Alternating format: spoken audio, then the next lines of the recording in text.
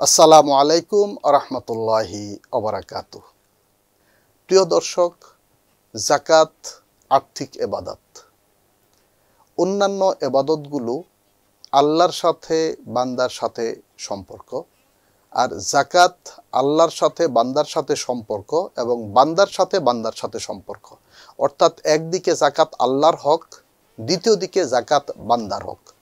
কোরআনে কারিমে এই প্রসঙ্গটি এসেছে, ওয়াফি আমওয়ালিহিম হাক্কুম মালুম লিসাইলি ওয়াল মাহরুম। আর তাদের সম্পদে নির্ধারিত অংশ রয়েছে, আল্লাহ নির্ধারিত ফরজ করা হয়েছে যাকাত, যা মাহরুম বঞ্চিত অভাবী দরিদ্র মানুষের হক বা অধিকার বা প্রাপ্য। অর্থাৎ যাকাত হলো গরিবের পাওনা অংশ। প্রিয় দর্শক, যাকাত শব্দটি আরবি, এর দুটি অর্থ রয়েছে। একটি অর্থ হলো পবিত্রতা, যাকাতের মাধ্যমে সম্পদ পবিত্র হয় এবং যাকাত প্রদান না করলে সম্পদ অপবিত্র থেকে যায়, টোটাল সম্পদ হারাম মিশ্রিত হয়ে যায়। যাকাত শব্দের দ্বিতীয় অর্থটি হলো প্রবৃদ্ধি, যাকাতের মাধ্যমে সম্পদে বরকত হয়। প্রিয় দর্শক, যাকাত শব্দটি কোরআনে কারিমে 34 বার রয়েছে। এর মধ্যে 26 বার রয়েছে সালাতের সাথে। আমরা যারা কোরআন শরীফ তেলাওয়াত করি, আমরা এটি বারবার শুনি, আকিমুস সালাত ওয়া আতুজ যাকাত, অর্থাৎ তোমরা সালাত আদায় করো, যাকাত প্রদান করো। এই 24 বার কোরআনে কারিমে সালাতের সাথে যাকাত এসেছে এবং 4 বার এসেছে স্বতন্ত্রভাবে, এবং যাকাত পবিত্রতা অর্থে এসেছে কোরআনে কারিমে 2 বার। প্রিয় দর্শক, আমরা জানি সালাত যেমন কোরআনে কারিমে 82 বার এসেছে, যাকাত প্রসঙ্গটিও কোরআনে কারিমে এসেছে 82 বার। সেটি কিভাবে? যাকাতের সমার্থক শব্দ রয়েছে কোরআনে কারিমে সাদাকা, এবং আরেকটি শব্দ রয়েছে ইনফাক।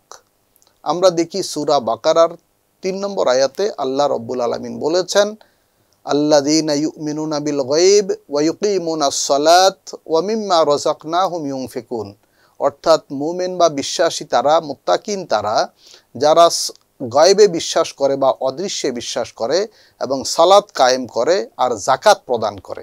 এখানে যাকাত শব্দটি উল্লেখ না করে আল্লাহ তাআলা ইনফাক শব্দটি ব্যবহার করেছেন, ইউনফিকুন শব্দটি বলেছেন।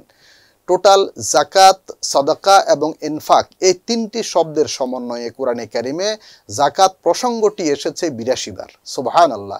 এতে আমরা দেখি নামাজের সাথে যাকাতের হুবহু মিল রয়েছে কোরআনে কারিমের সংখ্যা অনুপাতে। প্রিয় দর্শক, যাকাত ঈমানের শর্ত। যাকাত যিনি দিবেন তিনি বিশ্বাসী বা ঈমানদার, এবং যিনি যাকাত দিবেন না তার ঈমান প্রশ্নবিদ্ধ হবে। কারণ ইসলামের মূল 5টি ভিত্তির অন্যতম একটি হলো যাকাত। রাসূল আকরাম সাল্লাল্লাহু আলাইহি ওয়াসাল্লামের ওফাতের পর হযরত আবু বকর সিদ্দিক রাদিয়াল্লাহু তাআলা আনহুর খেলাফতের সময় যারা যাকাত দিতে অস্বীকার করেছিল, হযরত আবু বকর সিদ্দিক রাদিয়াল্লাহু তাআলা আনহু তাদের সাথে জিহাদ ঘোষণা করেছিলেন। অর্থাৎ যাকাত প্রদান না করা এটি ঈমানের পরিপন্থী।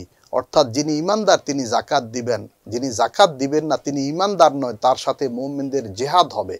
অন্য হাদিসে এসেছে, যারা যাকাত দেয় না তাদের সম্পদ আল্লাহ রব্বুল আলামিন সাপে পরিণত করে রোজ হাসরে পরকালে তাদের গলায় ঝুলিয়ে দিবেন, এবং সেই সাপ তাদের চেহারায় মুখে চোবল মারতে থাকবে, দংশন করতে থাকবে।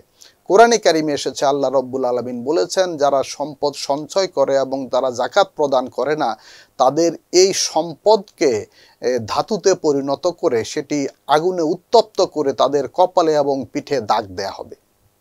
সংবাদ, ফিচার ও অনুষ্ঠানের জন্য ভিজিট করুন সংবাদ প্রকাশের ওয়েবসাইট এবং যুক্ত থাকুন ফেসবুক পেজ ও ইউটিউব চ্যানেলের সঙ্গে।